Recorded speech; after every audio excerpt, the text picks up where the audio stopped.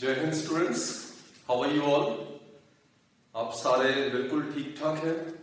I am very sure you all are fit and fine, right?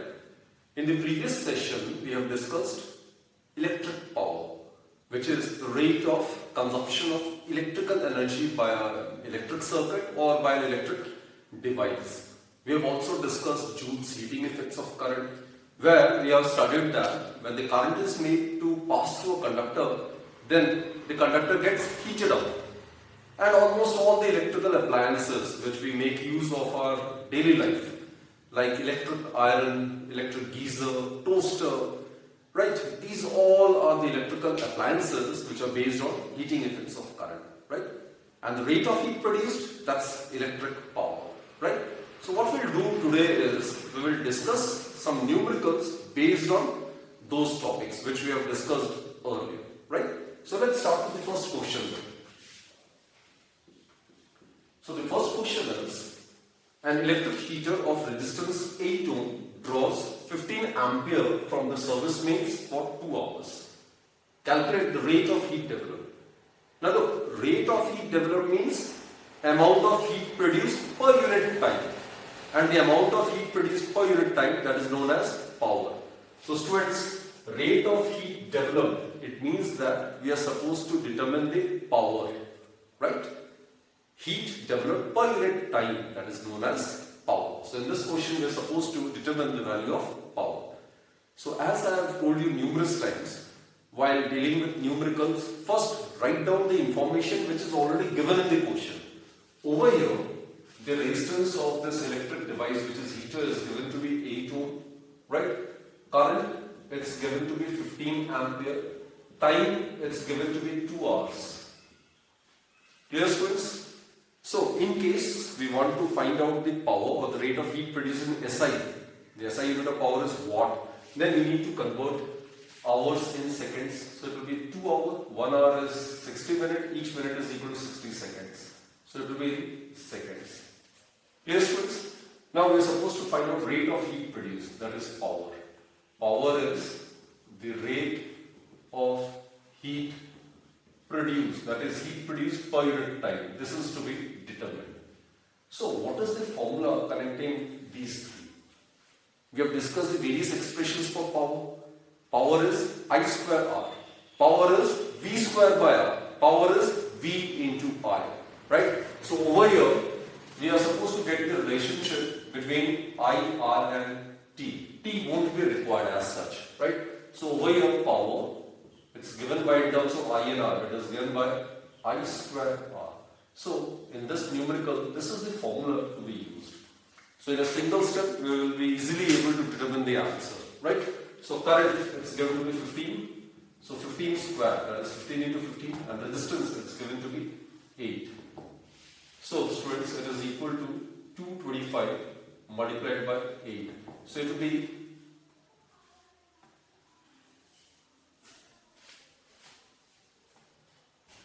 1800 watt or 1800 joule per second. Watt, as you are aware, is the SI unit of power, and 1 watt is 1 joule divided by 1 second, right? So it can also be expressed as joule per second. Clear, students? So this was a very, very simple question based on this direct formula. Let's proceed to the second question. We are supposed to compare the power used in the 2 ohm resistor in each of the circuits. So there are 2 cases given. So in the first case, 2 ohm resistor is connected to a 6 volt battery in series with 1 ohm. And in the second case, it is connected with a 4 volt battery in parallel with 12 ohm. So what we do is, let's discuss the first part. And wherever feasible, please draw the circuit diagram, right? It will make the numerical much more simpler. Okay. In the first case, the resistance of 2 ohm is connected to a 6 volt battery in series with 1 ohm. This is the diagram. This is 1 ohm resistor and this is 2 ohm resistor. Both are connected in series across a battery of 6 volt. This is the situation. This is the given information, right? Students, in series, the current flowing across each of the resistor is constant. So this is the current flowing. And the current flowing through each of these two resistors would be constant, right? So we are supposed to find out the power across the 2 ohm resistor. We are supposed to find out the power across the 2 ohm resistor. That's our objective. So what we'll do is, let us find out the current flowing through the 2 ohm resistor. For that, what will be the effective resistance? These two are connected in series. So net resistance would be 3 ohm. So this is the net resistance. So what will be the net current? Current would be equal to V by net resistance. So 6 by 3, it is equal to 2 ampere. So the current flowing through this circuit is 2 ampere. Students, 3 ohm is the series combination of 1 and 2 ohm. And in series, the current is constant. So current of 2 ampere must be flowing through each of these two resistors. Therefore, we have found the current flowing through 2 ohm resistor. Now consider of the question. We are supposed to find out the power used in the 2 ohm resistor, right? So 2 ohm resistor. So power across 2 ohm resistor. Now the formula for the power where current is given, it's I square R. So what is the current flowing through the 2 ohm resistor? It is 2 ampere, right? What is the value of the resistance? It's 2. So it will be 8 watt. Clear, students? So in the first case, the power used in the 2 ohm resistor when it is connected in series with 1 ohm resistor across a 6 volt battery is determined to be 8 watt. Now let's concentrate on the second part. Second part is, this 2 ohm resistor is connected to a 4 volt battery in parallel with 12 volt. So the diagram would be like this. This is 2 ohm resistor. It is connected in parallel with another resistor of 12 volt across a source of 4 volt battery. This is the second scenario. So here again we are supposed to find out the power dissipated across the 2 ohm resistor. Now look, these two are connected in parallel. So students, in parallel, the potential difference across the resistors connected in parallel is constant. So over here, across 12 ohm resistor, the potential difference is 4 volt. Across 2 ohm resistor, the potential difference is again 4 volt. Right? So here, resistance value is known to us and the potential difference across this resistor is known to us. So here, we can make use of the formula for power as V square by R. Right? So we need to judiciously choose the formula. Right? Read the question carefully, which informations are given, and accordingly judiciously choose the appropriate formula for the power. So here, the power across 2 ohm resistor in the second case would be, we'll make use of this particular formula. Why we are using this formula? Because V is known and R is also known, isn't it? So it's much simple. So V is 4 volt. So 4 square divided by 2. So it will be equal to 16 by 2. That is again 8 watt. So in both the cases, the power dissipation across the 2 ohm resistor is determined to be 8 watt. So the answer is, in both the cases, the power across the 2 ohm resistor is same, each being equal to 8 watt. Clear? So this was the case of the series combination and this was the case of the parallel grouping. Right? So we are done with question number 1 as well as question number 2. Third one. It's an interesting question, friends. Okay, let's try to concentrate on the third question. 3 resistors, all are equal, each having resistance R. When connected in series to a source, dissipate a total power of 20 watt. Find out the power dissipated when they are connected in parallel across the same source. Right? So here also it will be preferable to draw the appropriate diagram. Then it will be much more easier for me to convince you. Right? So let's deal with question number 3. 3 equal resistors when connected in series. Right? This will be the circuit diagram. This is the series combination of 3 equal resistors. Okay. And suppose the source, this is the source, offering potential difference V. This is the source. Right? So it dissipates a total power of 20 watt. So what will be the net resistance in the case of series grouping? It will be equal to 3R. R plus R, it will be 3R. And power, net power in the case of series grouping. V is given, net resistance is given. So net power dissipation across the circuit would be V square divided by R series. So the net resistance of the entire circuit is 3R. So power of the series network of 3 equal resistances would be V square divided by 3R. Put this as equation number 1. Right? Let's concentrate the second one. Now the same 3 resistors are connected in parallel across the same source. Right? So this was the first case, this is the second case. Same 3 resistors like this. They all are connected between the same 2 points. And it is the same source. So offering potential difference D, same source. The only difference is that in the earlier case the 3 resistors were connected in series. In the latter case they are connected in parallel. So what will be the effective resistance over here? 1 by R parallel, it will be equal to 1 by R plus 1 by R plus 1 by R. So it will be equal to 3 by R. So R parallel would be equal to R by 3. Right? In both the cases V is constant. So that is why I am making use of this particular formula. Right? V in both the cases is constant. So P parallel, it would be equal to V square. Same V, same sources applied across the series combination and the same sources applied across the parallel combination. V is constant. Divided by R parallel. So it will be V square divided by R by 3. So it will be like this. Put this as equation number 2. Now what we are supposed to do is, it is given, find the power dissipated when they are connected in parallel across the same source. And in series it is given to be 20 watt. This value, it is given to be 20. It is already given. It's given to be 20. Right? So let's make use of these. So from first, V square by R is equal to 60. Therefore, from equation second, net power dissipation in the parallel network would be thrice V square by R. Thrice, and V square by R is equal to 60. So it will be equal to 180 watt. So this is the proper method of dealing with such questions, right? So students, as I have advised you, it is always preferable to draw these circuit diagrams. Wherever feasible, draw the necessary electric circuit diagram, right? It will make the question that much more simpler. So in series, the power dissipation was given to be 20, while in the case of parallel grouping, the power dissipation is determined to be 180 watt, right? So we are done with question number 3 as well.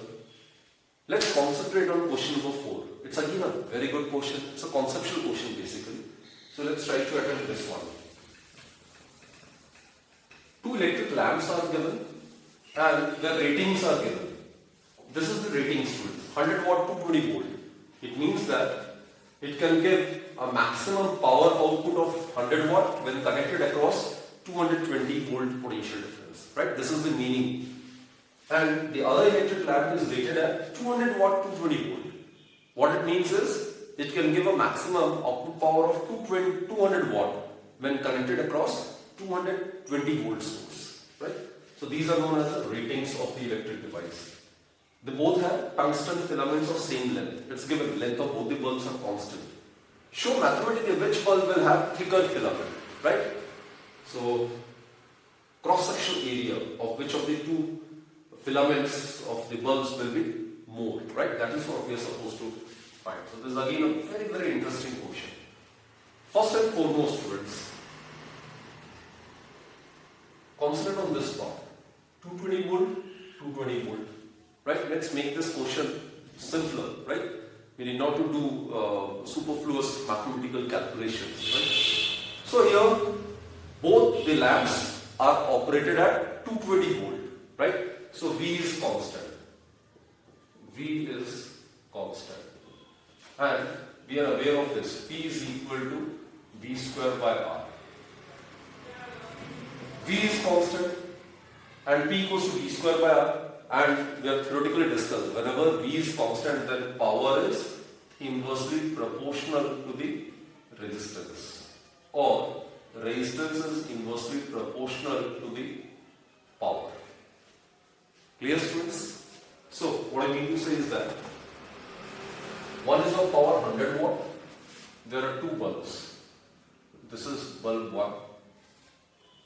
This is bulb 2. One is of 100 watt. The other bulb, it is of 200 watt.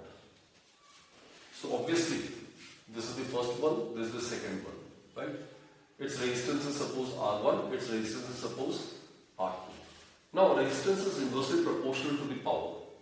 Therefore, the resistance of the first bulb would be greater than the resistance of the second bulb. Am I clear, students? If V is constant, then power is inversely proportional to the resistance, or resistance is inversely proportional to the power. So the bulb with greater power will have lesser resistance and vice versa. So the 100 watt bulb will have more resistance as compared to the 200 watt bulb. Right? This is clear. Now resistance, students, we are aware. R is equal to rho L by A. Right? Rho, you are aware, it is known as specific resistance or resistivity. It depends upon the nature of material of the conductor. Both the bulbs have tungsten filament. So both the cases, rho would be same. Length as per the quotient is given to be constant. So length is also constant.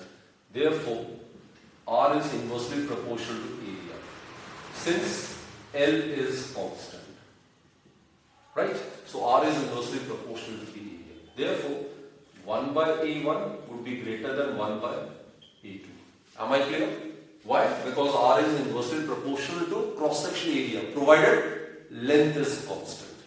So what do you get? A2 is greater than A1. So cross-sectional area of the second bulb is greater than the cross-sectional area of the first bulb. So the filament of the second bulb must be thicker as compared to the filament of the first one.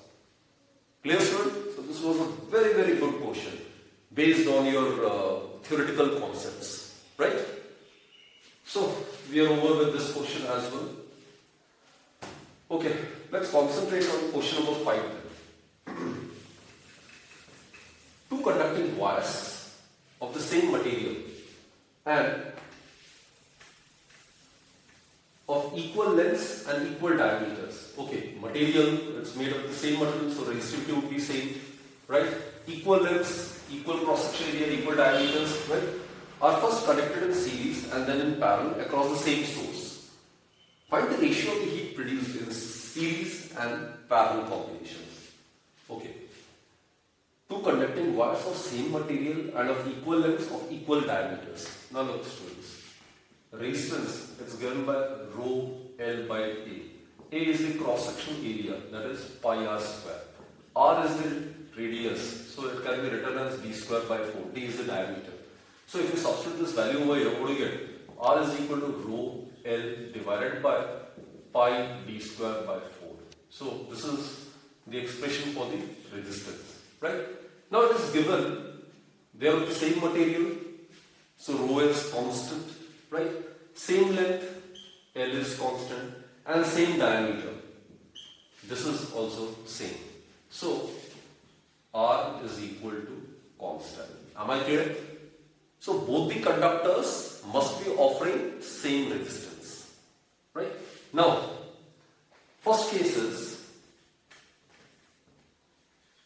when both are connected in series and then in parallel. Okay. These are the two conductors. Suppose the first conductor offers resistance R, then the second conductor will also offer resistance R, because both are of same resistance. That is what we have proved just now, right? And connected across the same source. Okay, same source. Suppose it is V, right? So what to do is find the ratio of the heat produced in series and the parallel combination. Heat produced in the series combination. Same source, V is constant. In both the cases, V is constant. So one of the formula is V square by net resistance into time. This is one of the formula. There are, students, three different expressions for the amount of heat produced across a conductor when current is passed through it. One is I square RT. The second one is V square by RT. And the third one is VIT. So these are the various expressions. One is H is equal to I square RT. Second one is H equals to V square by RT. And the third one is H is equal to VIT.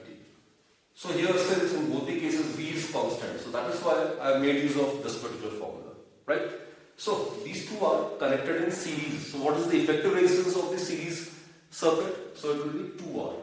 So H series, it will be equal to V square divided by R net will be R plus R, that is 2R into T.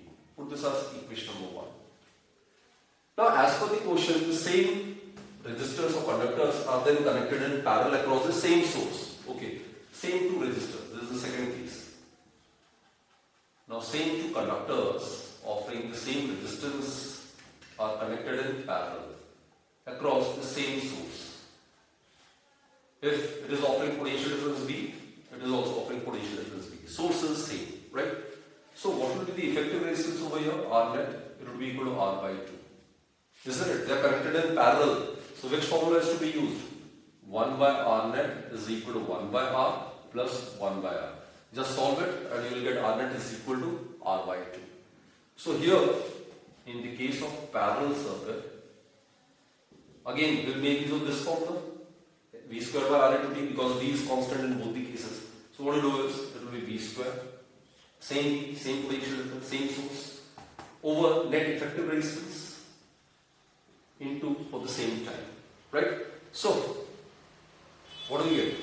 V square divided by R net, it's equal to R by 2. So it will be R by 2 multiplied by T. So put this as equation number 2.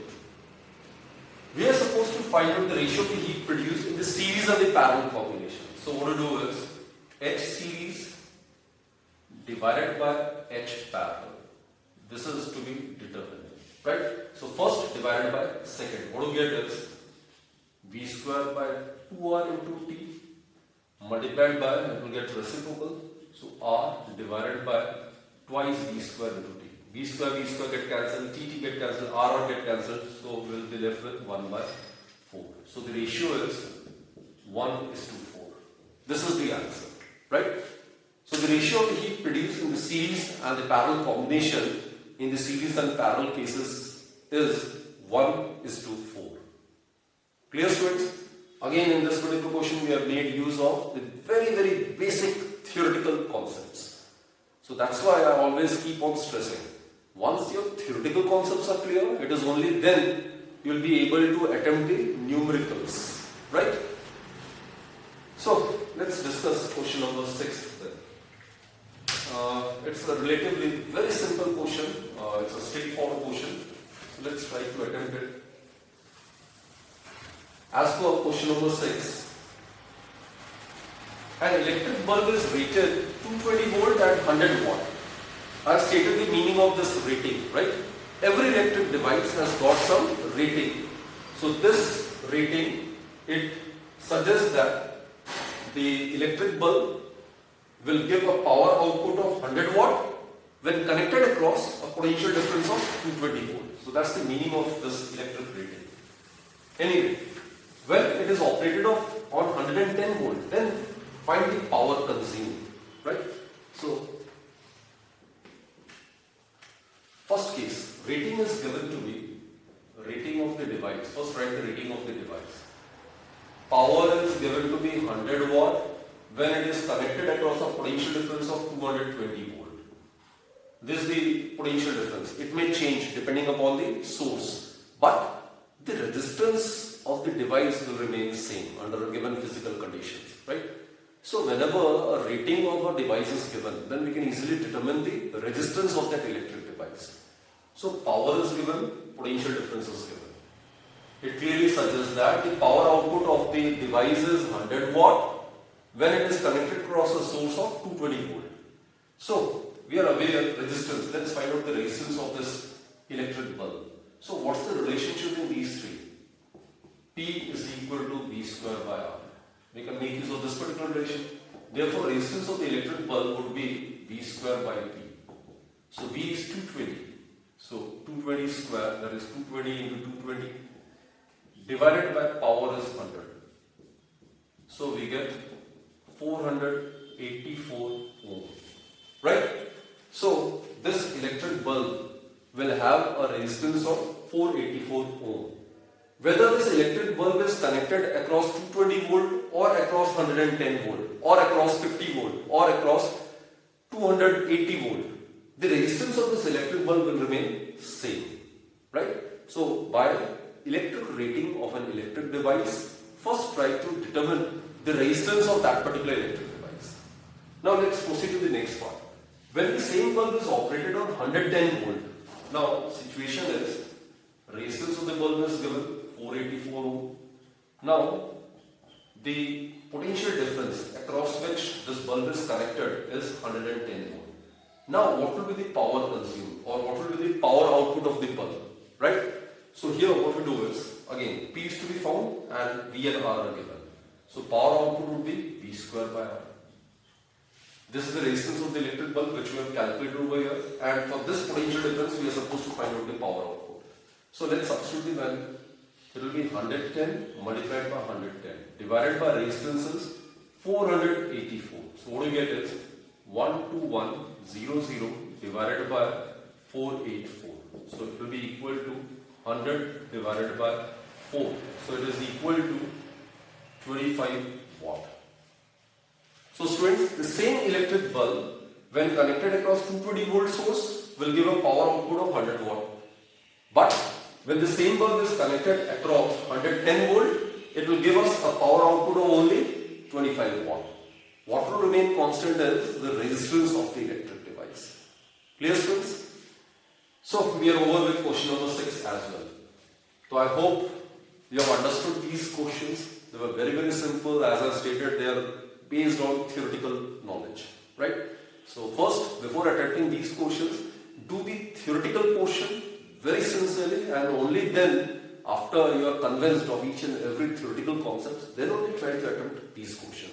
Then it will be very, very simple for you, right?